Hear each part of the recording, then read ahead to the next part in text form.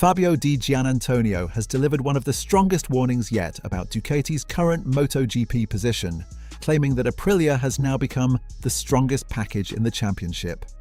After a brutal weekend at Silverstone, the VR46 rider admitted Ducati had no real answer to the pace coming from Noale and said the gap had become too large to ignore. Di Giannantonio finished 6th, but the result itself was not what frustrated him most. The bigger concern was that he never genuinely felt capable of fighting the Aprilias ahead. Ducati remained competitive enough to score solid points, but not strong enough to challenge for victory when the race settled into its true pace. "I did the best I could," Di Giannantonio explained. He said he tried to protect the rear tyre for the closing stages and believed he managed that reasonably well, but the effort came at the expense of the front. That balance problem has followed him throughout the season. According to Digia, Ducati's package is still excellent, but excellence is no longer enough when Aprilia has raised the level even further. He believes Ducati has reached a point where extracting more performance from one end of the bike often creates a new problem at the other. If the front is pushed too hard, the tyre begins to disappear. If the rider protects the front and relies more heavily on the rear grip becomes the limitation instead. That leaves Ducati riders constantly searching for a compromise, rather than attacking with complete confidence. Di Giannantonio did not hide his conclusion. "Right now, we're the second strongest team in the championship, with Aprilia in first," he said. It was a remarkable statement considering Ducati's recent dominance and the expectation that its machinery would remain the benchmark. Silverstone exposed that difference more brutally than any previous weekend. Ducati knew Aprilia would be strong at the British circuit, but Digia admitted the gap was larger than expected. The Noale bikes were not simply competitive. They were operating at a level Ducati could not match. The most worrying detail is that Di Giannantonio does not believe Silverstone is an isolated case. He pointed out that across the opening 12 Grand Prix weekends, Ducati had never managed to create the same kind of advantage over Aprilia that Aprilia produced in Britain. For him, that says something important about the real balance of performance. Even if Silverstone exaggerated Aprilia's strengths, Ducati has not yet experienced a weekend where its own superiority was equally obvious. In Digia's view, that suggests Aprilia's current ceiling may simply be higher. He also pointed toward Aprilia's depth across the grid. The manufacturer began making major progress during the second half of last season, and that development has continued into 2026.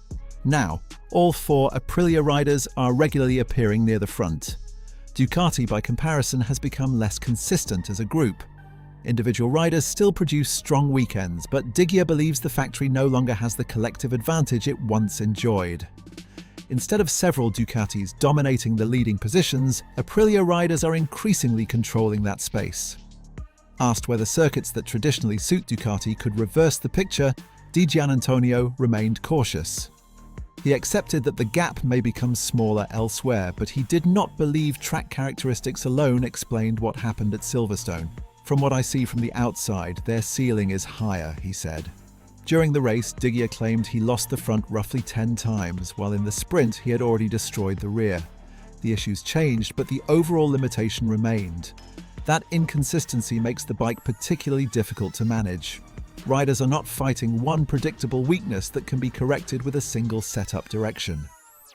They are trying to find performance while avoiding problems that can appear at either end of the motorcycle. The start of the Silverstone Grand Prix did not help.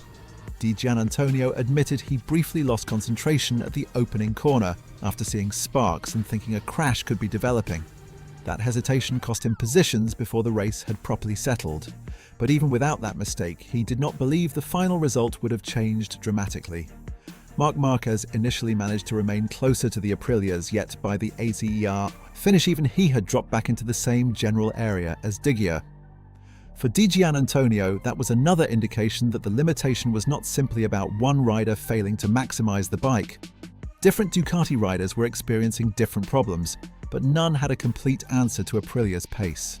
He explained that every Ducati rider now appears to be taking a slightly different technical direction, because all of them are searching for the maximum possible performance from the current package. The setups may differ, but the frustration is similar. Pecco Bagnaia, for example, appears to have stronger front-end performance than Digia, but suffers more with rear grip. Alex Marquez managed his package more effectively, yet even his performance was not enough to seriously pressure Raul Fernandez or Jorge Martin. That creates a major concern for Ducati because the season is already well advanced.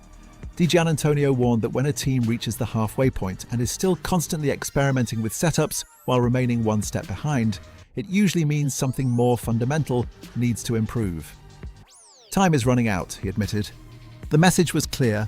Ducati cannot spend the rest of the season searching for small setup gains, while Aprilia continues operating from a stronger technical base. The question is whether Ducati can develop its way out of the problem before the championship moves beyond reach. Di Giannantonio still believes the manufacturer has the resources and engineering strength required to respond. He described Ducati as a company capable of working effectively across several areas of the motorcycle, but also warned that improvement is not automatic. The potential exists, but the factory must decide how aggressively it wants to react, and then successfully convert that work into performance. The challenge is made harder by the fact that Ducati is not dramatically slower. The gap is small enough to create hope, but large enough to prevent its riders from consistently entering the fight for victory. That can sometimes be more difficult to solve than an obvious major weakness. Di Giannantonio was also careful not to blame everything on the motorcycle. He admitted that he personally still needs to improve in several areas, including qualifying, race starts, sprint performance, and tyre management. That self-criticism is important because it shows his comments were not an attempt to avoid responsibility. Diggia accepts that he can become a stronger rider. His argument is simply that even a better version of himself may still struggle to fight Aprilia if the technical gap remains unchanged. That is why his comments should concern Ducati more than a single disappointing result. This is not just one rider complaining after a difficult weekend. It is a rider describing a pattern that he believes has been visible since the beginning of the season. The comparison with Aprilia has also changed psychologically. Ducati spent years being the manufacturer everyone else tried to catch. Now, one of its own riders is publicly admitting that the benchmark has moved somewhere else. Aprilia's rise has therefore created a completely different pressure. It is no longer enough for Ducati to remain competitive.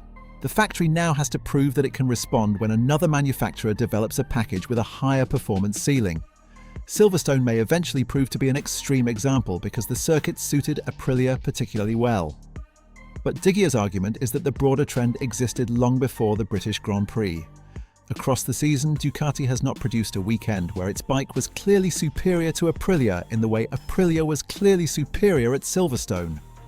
Until that happens, Di Giannantonio believes Ducati cannot realistically claim to have the best motorcycle. That makes the next phase of development critical. Ducati must improve without destroying the balance that already makes the bike competitive, and it must do so while its riders continue fighting for championship points every weekend. For Marc Marquez, Bagnaia, Alex Marquez and Di Giannantonio, the challenge is now about extracting results while engineers search for something more. Every lost weekend gives Aprilia another opportunity to strengthen its advantage, and that is why Diggia's verdict has created such a major talking point. Ducati has not suddenly become a bad motorcycle. It remains one of the strongest packages on the grid. But according to one of the riders actually trying to win with it, being one of the strongest is no longer enough. Aprilia has raised the standard, Silverstone exposed the difference, and Ducati now faces a question it has not needed to answer for years. Can the former benchmark develop quickly enough to become number one again?